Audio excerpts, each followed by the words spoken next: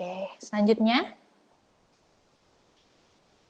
Nah, karena tadi kita sudah tahu ya persiapannya apa saja, ibaratnya sebelum kita berperang begitu. Aduh, bahasanya kok jelek banget ya berperang.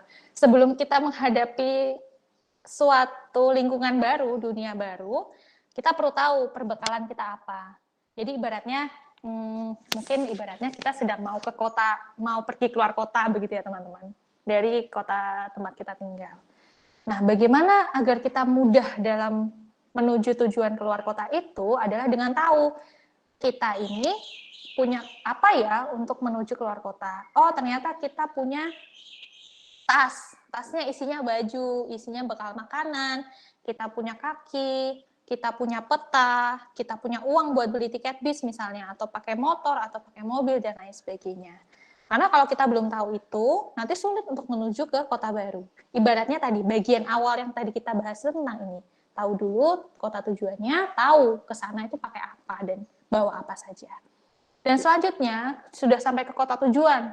Bisa dibayangkan dia adalah kota baru. Kota baru yang teman-teman belum tahu nih. Belum kenal siapa-siapa, belum tahu di sana itu aturannya seperti apa, belum tahu mungkin lampu lalu lintasnya berbeda dan lain sebagainya. Maka dari itu, bagaimana sih biar bisa survive di kota baru tersebut adalah dengan dua hal, yaitu komitmen dan komunikasi. Nah, makanya judulnya adalah menjaga hubungan dengan komitmen dan komunikasi. Ini bisa dilatih sebelum teman-teman menikah. Dan ketika sudah menikah, bisa dilatih kembali. Next. Nah, komitmen itu apa sih? Komitmen itu adalah niat dan tindakan yang konsisten ya, dua. Ada niat dan ada tindakan juga yang didasari tanggung jawab untuk menjaga suatu hubungan. Komitmen ini tidak hanya sifatnya ikrar ketika akad, tapi juga aplikasinya begitu, tindakannya yang menunjukkan bahwa kita siap untuk bertahan sampai akhir. Komitmen seperti itu ya. Jadi kemauan kita dan tindakan kita untuk menjaga suatu hal, suatu hubungan ini sampai akhir. Bukan cuma sampai 5 tahun, sampai 10 tahun, atau sampai ada masalah selesai, tidak. Tapi sampai akhir. Berarti konsekuensinya, apapun yang terjadi di tengah-tengah proses ini, ya kita tetap akan bertahan di keluarga. Gitu. Ini secara sadar harus dimiliki oleh masing-masing pasangan. Dipahami bahwa, oh ini tuh yang namanya komitmen. Karena ketika tidak saling, misalnya satu saja nih yang menyadari hal ini, maka akan sulit sekali begitu untuk mempertahankan. Bisa, tapi ya itu prosesnya akan lebih sulit daripada ketika dua-duanya paham komitmen itu apa. Nah, selanjutnya, komitmen ini tadi ya karena susah sekali harus bertahan sampai akhir hayat begitu. Karena banyak sekali pasti prosesnya di tengah-tengah itu. Nah, untuk menjaga komitmen dibutuhkan yang namanya komunikasi. Komunikasi itu apa sih? Apa ya kita ngobrol seperti ini saja. Misalnya saya nih komunikasi sama teman-teman meskipun teman-teman jawabnya mungkin tidak terdengar begitu ya di sini dalam hati atau di rumah masing-masing. Nah, komunikasi itu adalah suatu proses begitu ya untuk kita menyampaikan pesan. Ada yang menyampaikan, ada pesannya, ada yang mendapatkan pesan ini. Gitu. Jadi kalau misalnya tidak ada salah satu di antara mereka ya tidak akan terjadi begitu exchange atau pertukaran pesan. Dalam pernikahan komunikasi ini bisa membantu masing-masing pasangan suami istri untuk saling terbuka, mengetahui pikiran satu sama lain, perasaannya, dan lain sebagainya. Karena kalau misalnya pernikahan tapi tidak ada komunikasi, diam-diaman juga nggak bisa ya teman-teman ya. Karena kan mau nggak mau pasti akan ada kerjasama begitu. Nah, komunikasi yang positif ini juga bisa mencegah terjadinya konflik. Dan meskipun ketika ada konflik terjadi, komunikasi juga bisa menjadi penyelesaian masalah atau membantu untuk menyelesaikan masalah. Jadi penting sekali untuk komunikasi. Nanti ada beberapa cara-cara yang kita perlu latihkan begitu ya, agar bisa mendapatkan komunikasi yang positif di dalam keluarga. Next. Baik, cara membangun komunikasi positif. Yang pertama adalah pahami dulu. Oke, kembali lagi ke yang awal. Kita tuh perlu saling memahami diri dan juga memahami pasangan. Bagaimana sih gaya komunikasinya dia? Cara pandangnya dia seperti apa sih? Gitu. Oh, ternyata dia memang ketika komunikasi itu tipenya yang belak-belakan misalnya seperti itu. Atau dia tuh kalau ngobrol itu nggak suka tuh kalau misalnya lewat chat, harusnya langsung seperti itu. Jadi kenali gaya komunikasi masing-masing. Nah, nanti akhirnya bisa menyesuaikan. Saya menyesuaikan Anda juga menyesuaikan saya, dan akan mendapatkan cara terbaik lah dalam komunikasi di pasangan, di keluarga. Dan yang kemudian yang kedua adalah asertif. Asertif ini apa sih? Asertif adalah kemauan kita untuk menyatakan pikiran dan perasaan. Maaf, itu ada typo. Secara jujur, gitu. Jujur dengan cara yang baik. Nah, kadang-kadang ketika dengan orang lain tuh kita suka sekali kode-kodean. Iya nggak sih? Ya kan? Entah ngomong terserah, tapi sebenarnya di dalam hati tuh ada gitu yang diinginkan. Atau misalnya bilang, kamu nggak peka gitu. Kayak nggak peka ini yang dimaksud seperti apa, dan lain sebagainya. Ada juga misalnya, bagus ya tasnya tetangga, bla bla bla bla bla. Sebenarnya yang dimaksud adalah, aku dibeliin dong, aku pengen nih tas ini, dan lain sebagainya. Padahal yang disampaikan itu tadi yang kita ajak ngomong itu nggak paham kode kita. Nah, nanti akhirnya kita kecewa, kita keki, dan kemudian menganggap bahwa pasangan tidak peka, gitu kan. Maka dari itu, ini saya caps lock gitu ya, pakai kapital semua, tidak pakai kode-kodean. Coba kita mulai belajar hal tersebut. Karena pasangan kita bukan cenayang, teman-teman. Dia tidak akan bisa gitu membaca apa yang kita rasakan, lalu secara tepat. Maka dari itu kita bantulah untuk mereka memahami dengan sampaikan apa yang kita rasakan dan pikirkan. Dan yang ketiga adalah sampaikan pesan dengan jelas. Jadi ketika kita lagi ngobrol atau lagi berbicara begitu, tapi kita sambil begitu ya, sambil masak, sambil lagi di jalan dan lain sebagainya, dan akhirnya pesan itu terpotong misalnya. Nah, itu nanti pesannya tidak akan tersampaikan dengan jelas dan bisa terjadi miskomunikasi. Oleh sebab itu, dalam hubungan keluarga, atau mungkin sekarang pun teman-teman bisa latih begitu ya, ketika berbicara dengan orang tua, berbicara dengan teman, coba memang hadir ketika berbicara, tidak sambil disambi-sambi. Sehingga itu memudahkan kita untuk menyampaikan pesan ya sesuai apa adanya begitu, dan harapannya itu memudahkan mereka untuk menerima. Dan yang terakhir adalah gunakan cara yang baik. Ketika kita memiliki niat yang baik, pesan-pesan yang baik, tapi caranya kurang baik, nah itu juga nanti bisa menyakiti hati orang lain, begitu kan. Ternyata tidak menangkap apa yang sebenarnya kita maksudkan.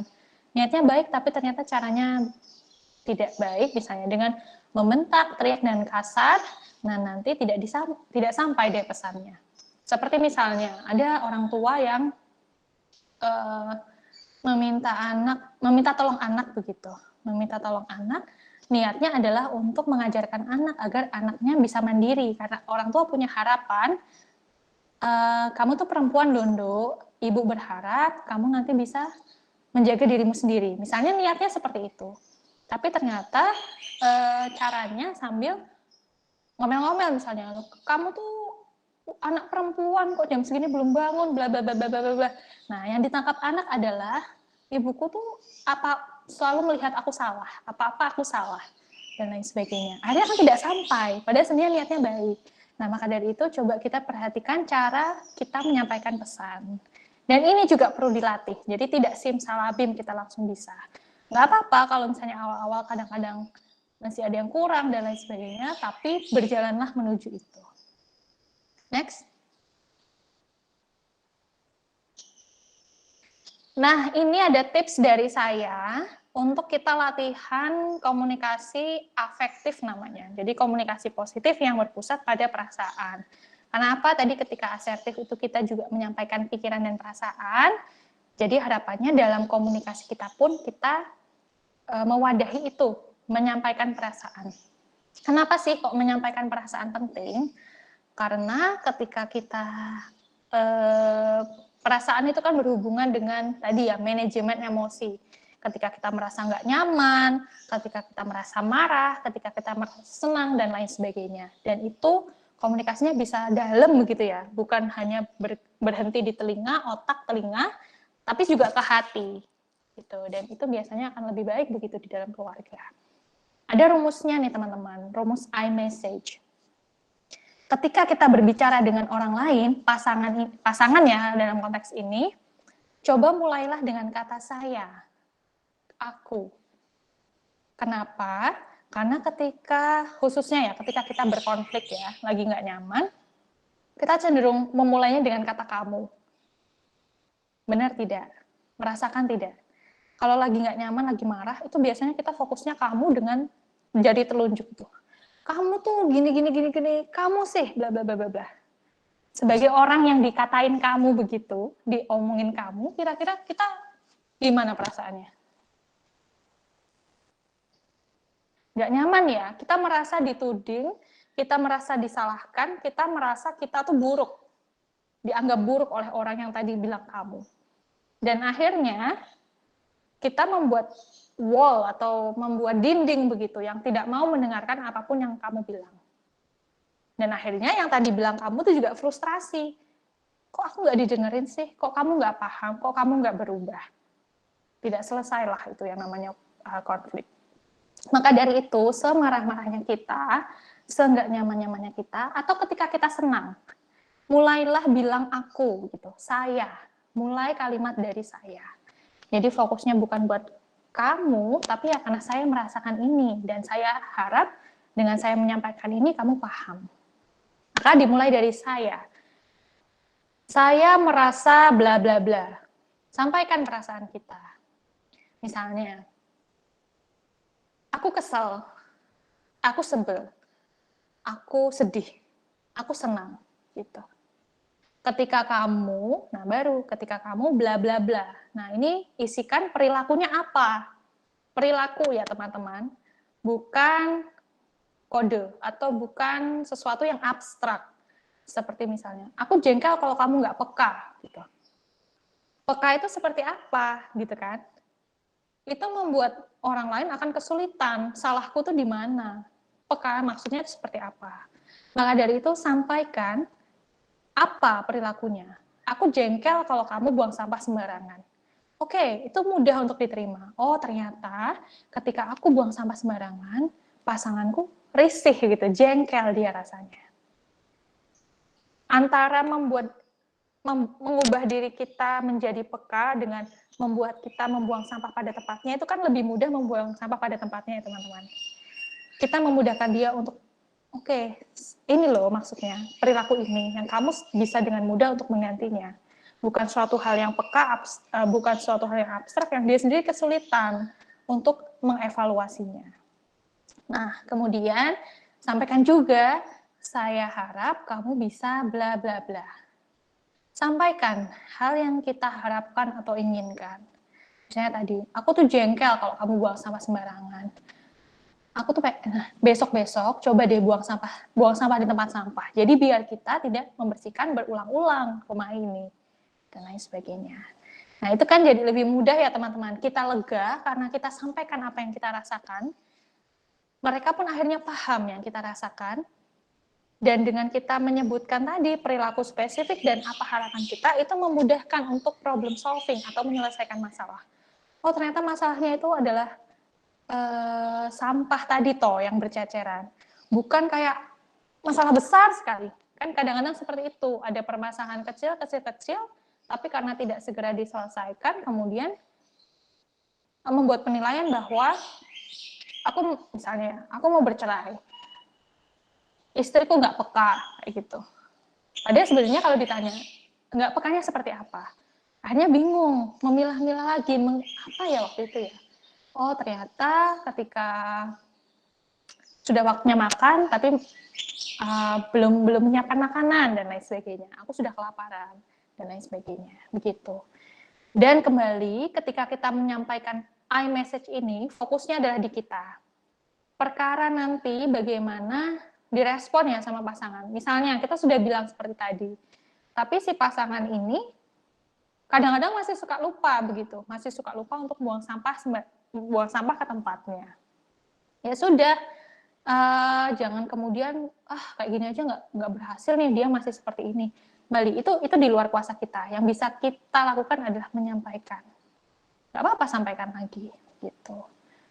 Gitu ya teman-teman, biar tidak banyak kecewa. Gitu. Next.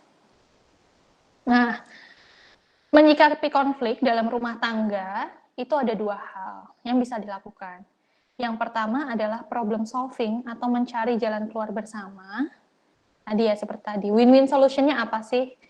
Oh, ternyata berarti kita harus bagi tugas nih, yang buang sampah ke luar siapa, dan lain sebagainya. Itu misalnya win-win solution.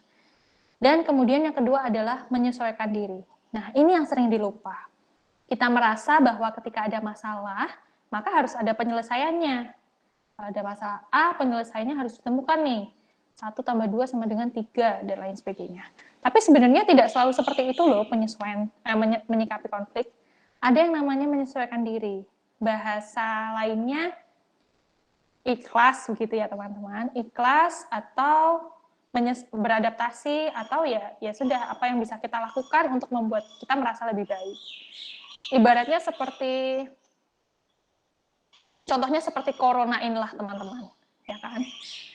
Kita tidak bisa punya problem solving yang untuk bagaimana menghilangkan corona begitu kan ya. Akhirnya kan kita memilih untuk menyesuaikan diri. Dengan menyesuaikan diri ternyata kita jadi merasa lebih nyaman. Seperti misalnya, oke, aku menerima ada corona, berarti sekarang kalau aku keluar aku pakai masker. Begitu. Apa yang terjadi ketika kita juga nggak bisa mencari jalan keluar dan tidak bisa menyesuaikan diri? Kita menolak. Akhirnya stres sendiri. Aduh, kok banyak berita duka ya?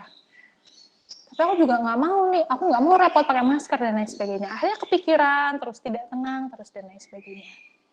Nah, menyesuaikan diri ini modalnya adalah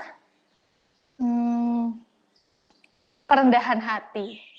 Kerendahan hati bahwa tidak segala hal bisa kita selesaikan. Ada hal-hal yang di luar kemampuan kita, dan mungkin menyesuaikan diri kita ya akhirnya, oke, berarti misalnya pasangan saya itu cerewet. Aku sudah sampaikan bahwa aku merasa nggak nyaman ketika lagi capek, terus habis itu diajak ngobrol, terus dan lain sebagainya. Pasanganku cerewet. Tapi masih seperti itu. Baik, berarti saat ini aku menyesuaikan dirinya dengan melihat bahwa, oh ya mungkin dengan aku mau mendengarkan pasangan, ini bisa jadi nilai ibadahku, misalnya seperti itu. Oh, aku dengan mendengarkannya, mungkin aku bisa membuat dia merasa nggak stres kalau di rumah sendirian, dan lain sebagainya. Itu namanya menyesuaikan diri. Membuat perspektif baru, dan juga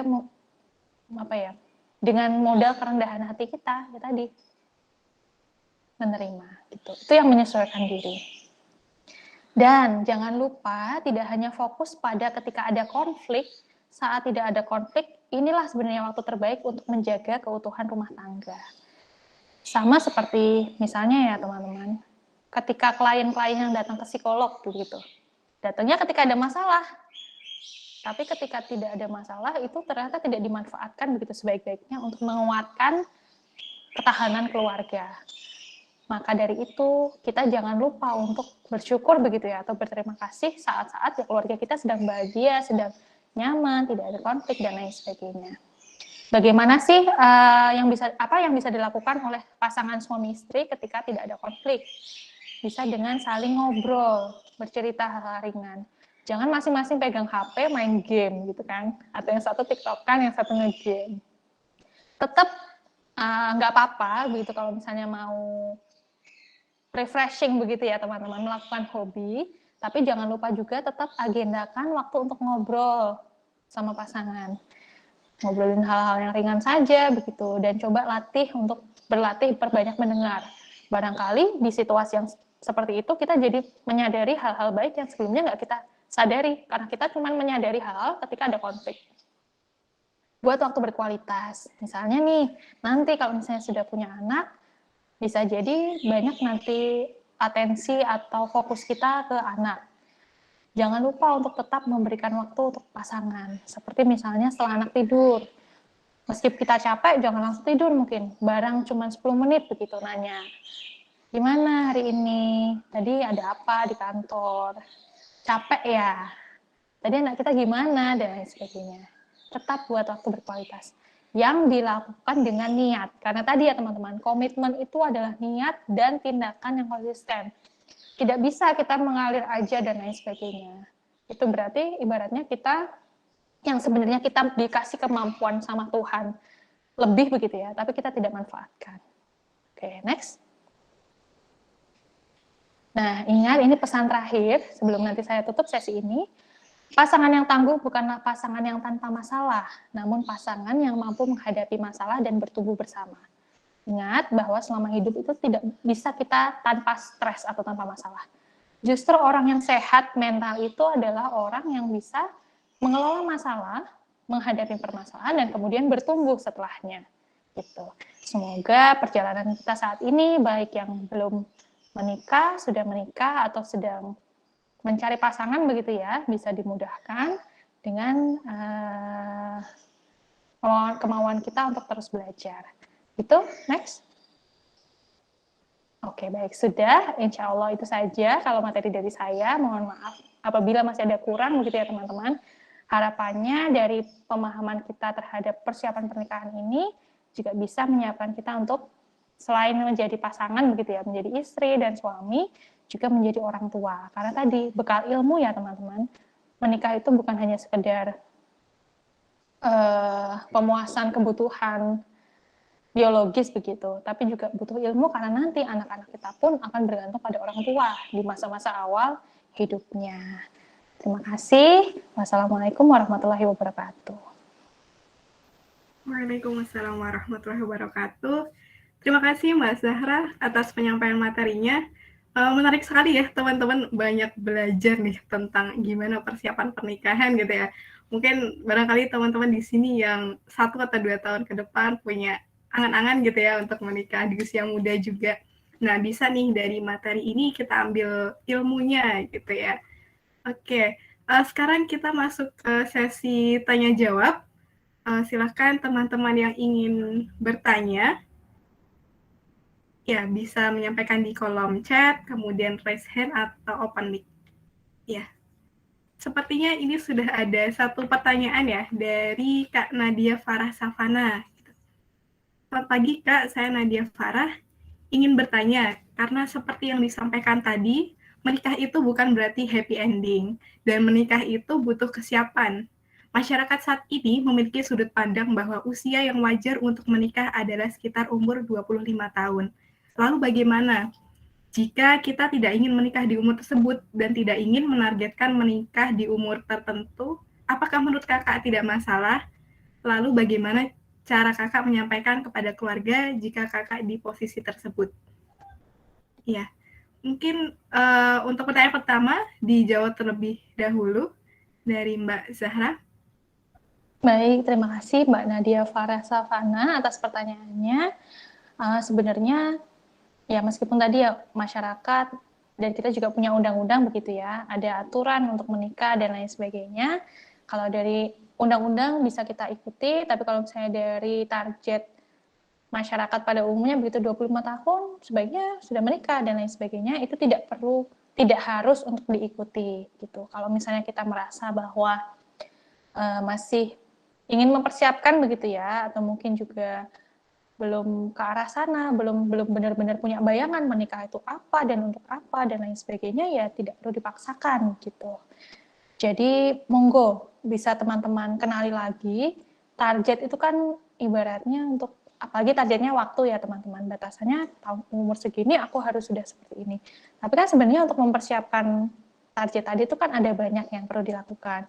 Kalau misalnya ternyata sudah hadir pasangannya dan kita sudah merasa bahwa insya Allah siap, insya Allah sudah belajar, sudah mengenal diri dan lain sebagainya, nggak masalah. Tapi kalau belum, jangan sampai karena dorongan dari orang-orang lain begitu ya, mengikuti kebiasaan. Oh ya kalau habis lulus kuliah kerja ya menikah. Nah, seperti itu hati-hati karena nanti jadi bisa menimbulkan konflik kalau dipaksakan. Nah, bagaimana cara menyampaikan kepada keluarga? Sampaikanlah dengan asertif begitu. Sampaikanlah bahwa saya memang ingin menikah, Bu, Pak. Hanya saja saat ini saya merasa bla bla bla bla bla. Misalnya juga saat ini belum terbayang begitu, kira-kira apa nanti yang mau dilakukan setelah menikah, tapi memang saya sedang belajar menuju arah sana gitu. Jadi saya harap Bapak Ibu bisa mendoakan misalnya seperti itu. Coba ya didoakan saja Bapak Ibu. Saya paham Bapak Ibu pasti khawatir, tapi yang saya rasakan saat ini seperti ini. Disampaikan dengan baik. Dan saya yakin kok kalau misalnya kita menyampaikan tadi bahwa apa yang kita rasakan dan kita pikirkan, kenanya bukan hanya ke pikiran begitu ya, tapi juga ke hati. Dan insya Allah orang tua kita juga bisa memahami pelan-pelan saja sambil didoakan. Gitu. Tapi yang jelas kita tetap berproses begitu ya, tidak kemudian di-cut gitu. Enggak, aku nggak mau mikirin ini dan lain sebagainya. Tetap namanya persiapan pernikahan itu nggak cuma setahun 2 tahun teman-teman. Mulai saat ini begitu kita pahami keluarga itu seperti apa. Karena konsekuensinya adalah ya nanti kita akan membangun keluarga, bukan hal yang kecil loh ini. Dia keluarga itu sistem yang lebih besar kebermanfaatannya, dampaknya untuk society. Jadi perlu benar-benar dipahami. Begitu Mbak Nadia Farah, semoga nanti membantu. Lanjutnya. Oke, baik. Semoga tadi menjawab ya untuk pertanyaan dari Mbak Nadia. Ya, selanjutnya ada pertanyaan kedua dari Kak Mahdi Ismail Syariati. Ya, semakin dewasa saya bertemu dengan teman-teman yang mengaku tidak mau menikah atau tidak memiliki rencana ke depan untuk menikah. Menurut Mbak, faktor apa yang membuat mereka tidak mau menikah meskipun dari segi umur, kesiapan mental, maupun finansial sudah bisa dibilang mampu? Kira-kira bagaimana meyakinkan mereka bahwa pernikahan bukan hal yang menakutkan dan harus dihindari? Ya, monggo Mbak bisa dijawab. Baik, Mas Mahdi, terima kasih pertanyaannya. Jadi kalau di sini kita lihat berarti secara sadar untuk memilih tidak menikah begitu ya teman-teman. Dan kalau pernikahan itu adalah suatu hal yang dilakukan secara sadar dan dengan kemauan gitu ya. Dari segi umur, kesiapan mental, finansial sudah cukup. Bagaimana meyakinkan bahwa pernikahan bukan hal yang menakutkan? Berarti kan sebenarnya ada nih latar belakang kenapa sih mereka memilih untuk tidak menikah. Bisa jadi ada trauma, ada ketakutan, dan lain sebagainya. Nah, berarti sebenarnya ini nih ada tadi mungkin bagian-bagian dari sisi psikologis begitu ya, yang perlu di treatment, istilahnya seperti itu, perlu digali. Nah, kalau misalnya Mas Mahdi mengetahui begitu ya bahwa temannya atau orang-orang sekitarnya ini punya trauma, misalnya trauma orang tuanya dulu seperti apa, atau melihat orang-orang di sekitarnya dalam pernikahan kok tampaknya tidak bahagia dan lain sebagainya. Nah, perlu nanti kita, kalau misalnya sudah parah tingkatannya, boleh diarahkan coba ngobrol sama psikolog misalnya. Kalau takut ketemu sama psikolog, nanti kita bisa ngobrolnya dengan cara seperti ini. Dibantu dia untuk cek realitasnya. Kalau ketakutan itu kan biasanya ketakutan terhadap hal di masa depan yang kita karena belum tahu itu akan jadi seperti apa, gitu kan. Gimana kalau nanti keluargaku tidak bahagia? Gimana kalau nanti terjadi perceraian? Gimana kalau nanti aku tidak bisa menjadi ayah yang baik dan lain sebagainya? Wajar sekali punya ketakutan seperti itu kalau pernah mendengar atau memiliki pengalaman serupa di masa lalu. Nah, tapi kembali masa depan itu tidak bisa kita kontrol begitu ya. Yang hanya kita bisa kontrol adalah apa yang kita lakukan saat ini. Coba ditanyakan. Oh, yang kamu takutkan seperti itu ya. Kira-kira apa ya? Kira-kira apa sih hal yang saat ini kamu lakukan yang mungkin bisa mengarahkan pada sana, pada kejadian tersebut di masa depan? Ya soalnya aku sekarang masih suka boros misalnya, boros atau mengenakan diriku sendiri tanpa pikir panjang. Oke, berarti sebenarnya ketakutan yang ini juga dikuatkan dengan kebiasaannya dia yang dia pahami bahwa aku tuh masih suka enak-enakan, masih belum tanggung jawab misalnya sama keuanganku. Nah, itu kan akan lebih jelas gitu ya. Wajar aja dia takut karena sebenarnya dia melihat dirinya sendiri pun masih suka hura-hura misalnya, hura-hura dengan uangnya gaji habis dan lain sebagainya. Nah, nanti kita bisa bantu untuk oh ya udah latihan nabung aja gimana dan lain sebagainya. Atau misalnya ya aku masih suka happy-happy aja nih, party, nongkrong dan lain sebagainya. Oh ya wajar sekali kalau misalnya nanti ada ketakutan bahwa tidak bisa tanggung jawab misalnya atau tidak bisa fokus hanya di rumah saja. Terus apa yang kira-kira bisa dilakukan dan lain sebagainya. Dan kalau misalnya ya tadi, kalau misalnya sifatnya sangat traumatik begitu ya, memang saya sarankan perlu nanti untuk ke psikolog. Dan sebenarnya karena budaya di luar negeri juga sekarang banyak ya teman-teman yang memilih untuk tidak menikah, nah itu bisa jadi masuk dalam agenda hidupnya gitu. Jadi dia punya nilai bahwa ya namanya hidup nggak perlu menikah, dan itu tidak relevan juga dengan tujuan hidupku. Nah itu nanti mungkin agak sulit gitu bagi kita untuk mengutak-ngatik nilainya itu. Maka dari itu tadi Mas Mahdi sebisa mungkin sebagai teman, mungkin kalau punya niat yang baik begitu ya, bisa sambil edukasi, kemudian kalau dia ada pikiran-pikiran yang kurang tepat seperti tadi menakutkan hal di masa lalu yang belum masa depan yang belum terjadi, bisa dikembalikan ke masa ini. Tapi bagaimana dia kemudian mengubah mindsetnya, nah itu nanti di luar kontrol dari Mas Mahdi. Jadi jangan dibuat stres. Gitu. Semoga menjawab ya Mas Mahdi. Oke, baik. Ya, demikian Mas Mahdi, semoga menjawab ya dari pertanyaannya. Kemudian masih ada pertanyaan lagi nih, Mbak Zahra, dari Kak Narindra Rara. Ya, saya izin bertanya, bagaimana cara mengatasi rasa takut untuk mengenal orang baru yang ini lawan jenis, sehingga muncul berpikiran takut menikah? Apakah akan sama nantinya seperti keluarga yang telah saya alami, dan apakah akan menerima banyak kekurangan saya? Gitu. Nah, terima kasih pertanyaannya Mbak Narindra Raran ya. Nah, ini pertanyaannya pas sekali sebenarnya dari latar belakang mengapa saya memulai sharing hari ini dengan persiapan pernikahan, salah satunya adalah mengenal diri. Itu ya persiapan psikologisnya adalah mengenal diri. Karena biasanya dari pengalaman masa lalu begitu ya, masa lalu kemudian kita mengembangkan konsep keluarga ideal dan keluarga secara realitas yang kita rasakan, kemudian muncullah kekhawatiran-kekhawatiran dan ketakutan. Bagaimana kalau misalnya nanti terulang lagi ya? Bahkan kemarin juga ada klien yang bilang, Mbak, saya takut kalau saya punya karena saya punya gen dari ayah saya misalnya, terus nanti saya akan melakukan hal yang sama begitu ke pasangan saya dan lain sebagainya. Nah, yang jelas teman-teman,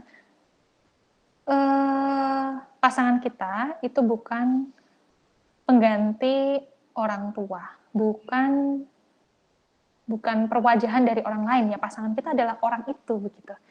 Kita perlu berhati untuk melihat kamu sebagai kamu, saya sebagai saya, bukan sebagai tetangga saya, bukan sebagai kakak saya, bukan sebagai ibu saya dan lain sebagainya. Saya adalah saya yang memiliki segala kekurangan dan kelebihan. Begitu pula pasangan saya memiliki segala kekurangan dan kelebihan. Dengan memahami hal tersebut, jadi harapannya kita bisa fokus pada kita gitu. Tidak kemudian masalahnya ini pasangan begitu ya. Tapi terus kita membawa masa lalu orang tua dibawa ke sini. Masa depan ketakutan dibawa ke sini. Nah, akhirnya kan jadi susah ya. Energinya menyerapnya lebih banyak dan ketika kita menghadapi masalah yang kita rasa besar sekali, mudah untuk kita merasa takut dan pengen mundur. Sepertinya aku nggak mampu. Padahal sebenarnya setelah kita kupas pelan-pelan, oh ternyata permasalahannya ini loh, dua orang ini dengan segala kelebihan dan kekurangannya.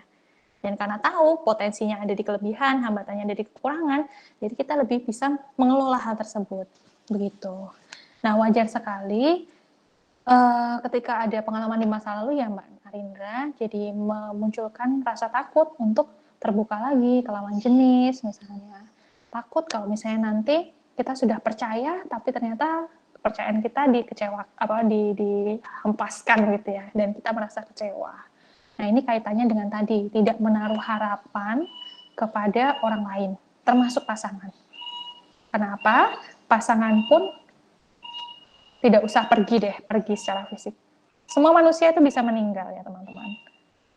Dan ketika kita taruh harapan kebahagiaan kita, tujuan kita ke orang, yang dia juga bisa berpulang, bisa berpulang ke Tuhannya begitu. Akhirnya kan kita tidak bisa punya pegangan lagi. Nah, saat itu kita akan mudah goyah. Maka dari itu coba kita selalu mencoba begitu ya. Sulit memang untuk mencapai ideal, tapi kita coba untuk menaruh harapan ke sesuatu yang lebih tinggi begitu, yang lebih kokoh, lebih kuat. Dan nanti ketika menikah, kita tidak agar tidak bisa mengulang misalnya ya, pengalaman di masa lalu, maka kita buat tujuannya mau kemana gitu. Jadi tidak hanya sekedar menikah, menjalin relasi suami istri, kemudian punya anak, anaknya sekolah dan lain sebagainya, tapi sebenarnya keluarga ini mau dibawa kemana? Oh misalnya, aku pengen keluargaku ini menjadi keluarga yang keluarga pendidik yang penuh ilmu, misalnya seperti itu. Oke, caranya seperti apa? Oh, berarti kita saat ini manfaatkan nih hasil sekolah kita dengan membangun les belajar, misalnya bimbel. Terus nanti kita dari kecil akan membantu anak kita juga untuk suka untuk menuntut ilmu dan lain sebagainya. Misalnya seperti itu. Jadi bukan untuk mengulang pola yang lalu. Oh, kalau menikah itu seperti ini, tapi kita bangun tujuannya mau kemana. Begitu. Nah, kemudian kekhawatiran bagaimana nantinya akan menerima banyak kekurangan begitu ya. Nah, kita akan sulit untuk meminta pasangan menerima kekurangan kita ketika diri kita sendiri belum menerima kekurangan kita. Kembali makanya, kita mulai dari diri. Kenali kelebihan dan kekurangan, ketika ada kekurangan, terima dulu. Jangan langsung dihujat kekurangannya. Harusnya aku tuh nggak seperti ini, dan lain sebagainya.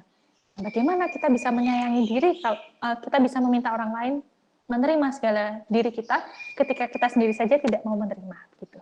Jadi coba Mbak Narindra nanti fokuskan lagi ya ke diri, coba lihat diri dulu tanpa ditempeli penilaian orang, pengalaman masa lalu, ketakutan masa depan dan lain sebagainya. Saya rasa itu sih yang bisa saya sarankan. Kalau misalnya nanti ternyata butuh untuk pendampingan lebih, bisa mungkin nanti ke ngobrol dengan psikolog gitu. Terima kasih. Ya, semoga menjawab ya untuk pertanyaan dari Kak Narindra Rarat. Ya, ini masih ada kesempatan satu lagi untuk bertanya. Monggo teman-teman bisa disampaikan melalui kolom chat atau raise hand atau mungkin open mic ya.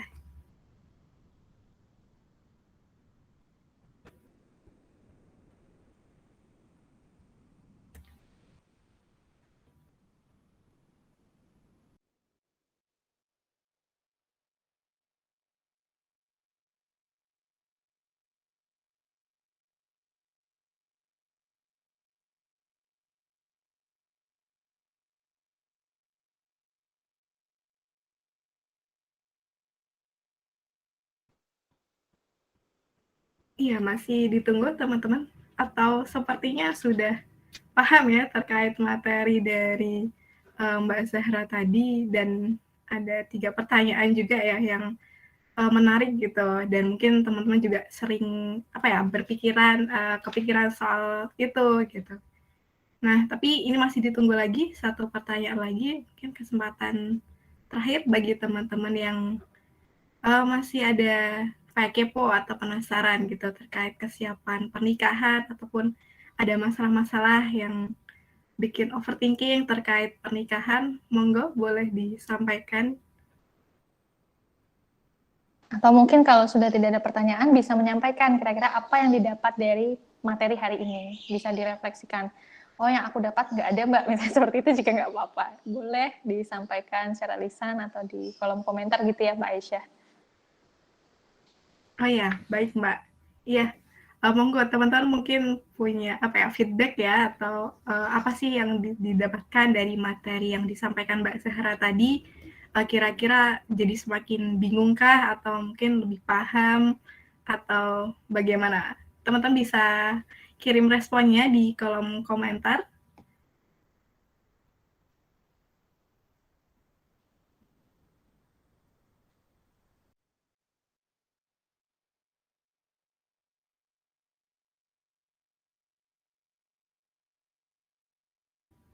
Ya, dari Miss Nabila sangat bermanfaat Mbak. Terima kasih ilmunya.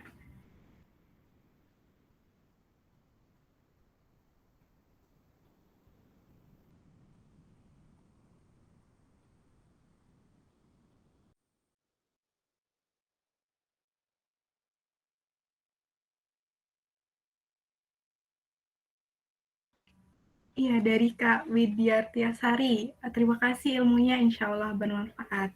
Amin. Semoga bermanfaat ya bagi teman-teman semua. Ya, mungkin jika tidak ada pertanyaan, ya izinkan saya untuk menutup sesi tanya jawab. Ya, dan menyampaikan beberapa kesimpulan terkait materi webinar hari ini. Ya, temanya tentang kesiapan fisik dan mental untuk pernikahan. Tadi poin pertama, bagaimana kita menentukan tujuan dari pernikahan itu sendiri untuk membangun landasan yang kuat, gitu kan, untuk pernikahan apa yang kita inginkan dan kita jalani gitu ke depannya. Dan kedua, ada 4 persiapan fisik, mental, kemudian ekonomi, dan ilmu. Poin yang ketiga, terus menikah itu apa ya? Pertama tentang kesiapan ya, bukan hanya merasa kesepian gitu. Ini quotes yang sangat menarik tadi dari Mbak Zahra gitu ya. Itu mungkin bisa jadi refleksi teman-teman juga. Dan yang keempat, poin keempat ada menjaga hubungan dengan cara komitmen, kemudian bangun komunikasi yang positif gitu ya, dan tadi bagaimana menyikapi konflik, kemudian mengenal diri dan pasangan gitu. Dan tadi quotes yang terakhir kayak yang disampaikan itu juga sangat menarik ya. Pasangan yang tangguh itu bukanlah yang tanpa masalah gitu, tapi pasangan yang mampu menghadapi masalah dan bertumbuh bersama. Gitu. Ya, terima kasih untuk Mbak Zahra atas materinya yang telah disampaikan dan cukup menarik ya. Insya Allah bisa bermanfaat bagi teman-teman semua yang hadir di acara webinar pada pagi hari ini. Ya, mungkin mengingatkan kembali terakhir bisa mengisi formulir kehadiran melalui link yang telah dikirimkan panitia ya di kolom chat. Ya, mungkin panitia bisa meng-up lagi untuk linknya dan teman-teman bisa isi. Kemudian sebelum ditutup ada sesi dokumentasi ya, foto bersama. Moga teman-teman yang tidak ada kendala untuk on kamera bisa on kamera atau menghidupkan kameranya ya untuk ambil foto bersama. Monggo teman-teman. Kita lihat wajah ganteng dan cantiknya nih ya Mbak ya. Biar Mbak Zahra juga tahu oh teman-teman peserta yang hadir siapa saja. Monggo teman-teman kami tunggu untuk bisa menghidupkan kameranya.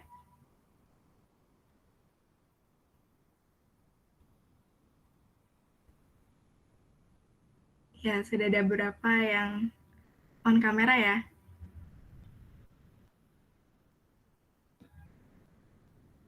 Yuk, yang lainnya masih ditunggu.